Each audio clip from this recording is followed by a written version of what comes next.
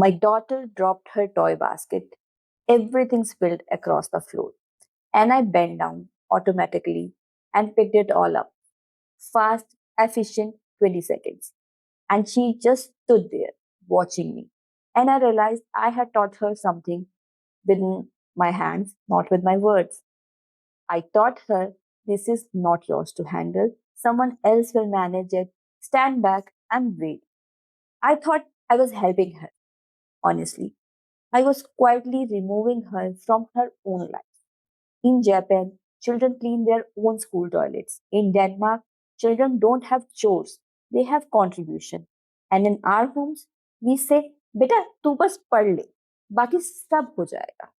Stay with me because by the end of this video, you will never look at a spilled toy basket the same way again. I'm Namita Tiwari Hanswal, and this is Nurturing Humans, where we raise the leaders of 2050 through conscious, research backed parenting. Today, it's all about household work, the most underrated confidence building tool sitting inside your home right now, completely free, and most of us are avoiding it. Let me start with Japan. Every school day, in almost every school in the country, lessons stop and children pick up broom, clothes, and mops. First grader, teenager, everyone. They clean their classroom, corridors, and even toilets.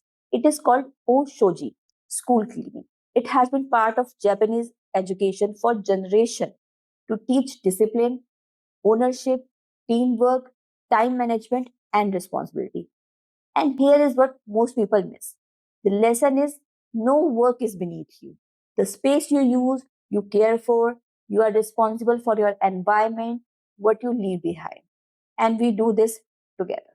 A Japanese child cleaning the toilet at 7 is not being punished. They are being told you are a full member of this community and full member contributes. Kids clean the classroom with no supervision. They need to do it together with their classmates. Now, Denmark does something similar and they frame it in a way I think is even more useful for us.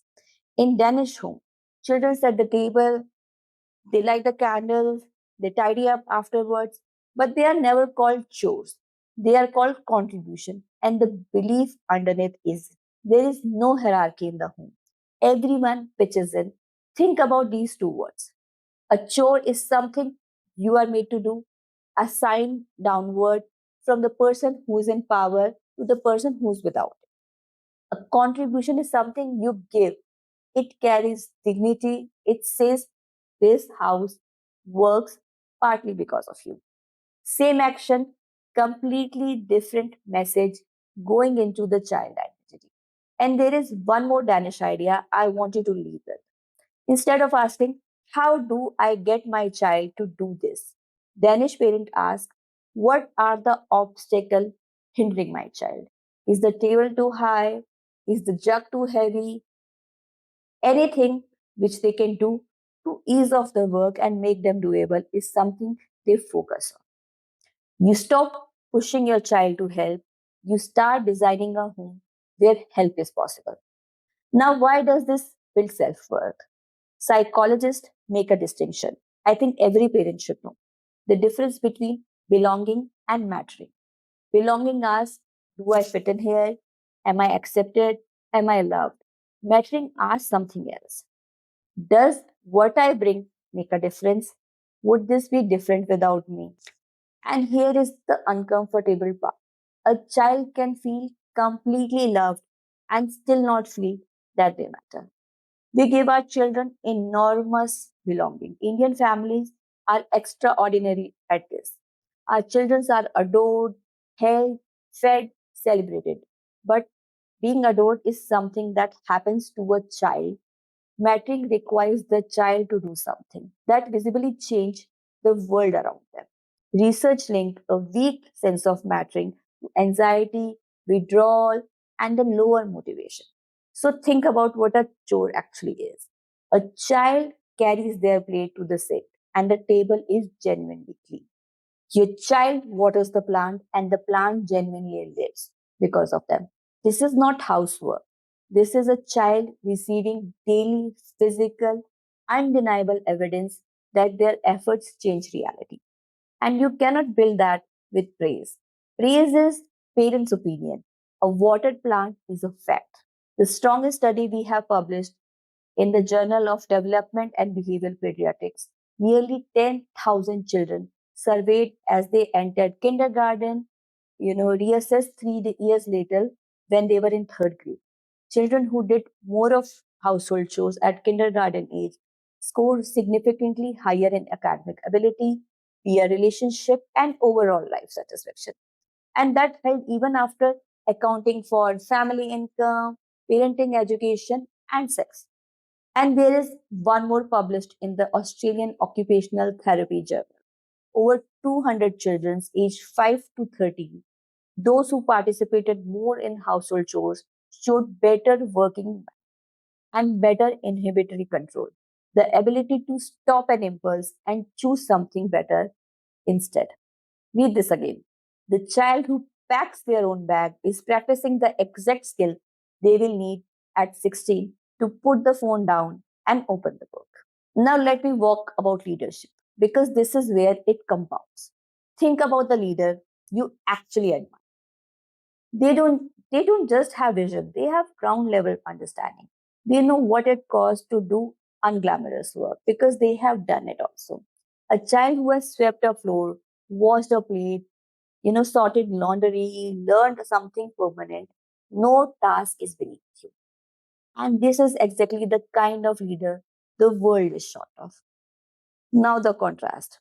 Research on overprotective children consistently point in the same way: lower self efficacy, less confidence, more anxiety, and more difficulty making a decision alone. We think we are protecting them. We are quietly removing the very experience that would have made them strong. And then there's a failure. Every time your child sweeps a floor badly and sweep it again, they were building what psychologists call frustration tolerance, the ability to sit with discomfort, keep going, and come back. Every badly folded shirt we fold was a repetition. Chores are not punishment, they are rehearsal for life. So, where do you begin? You don't need a chart, you don't need a reward system, you need just one real task given genuinely.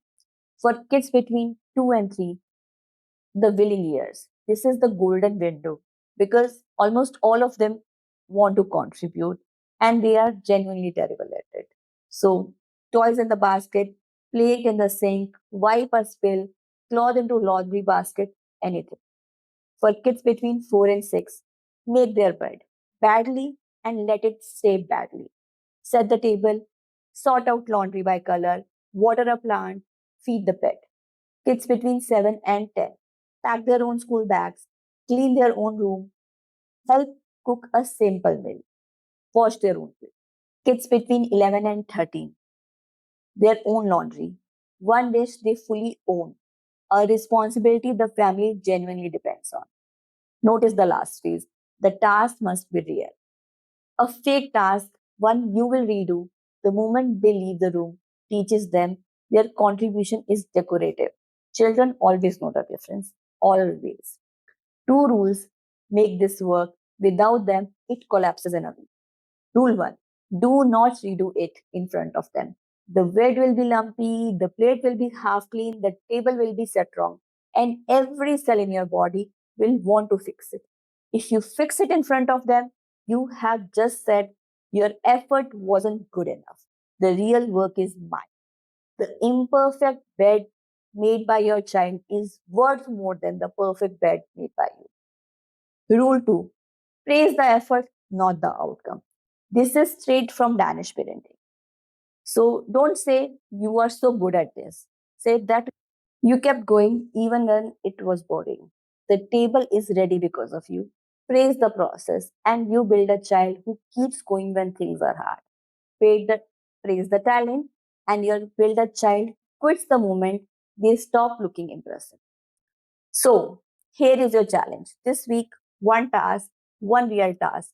Give it to your child and not take it back. And when they do it badly, and they will, for sure, you say nothing. You let the lumpy bed stay lumpy because you are not raising a child who makes a good bed.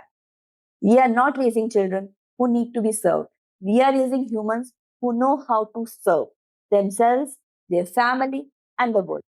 And the belief I am someone who handles things is the ground every independent adult stands on. If this helped, share it with one parent who is still tying their 10-year-old's shoelaces with love but still tying them.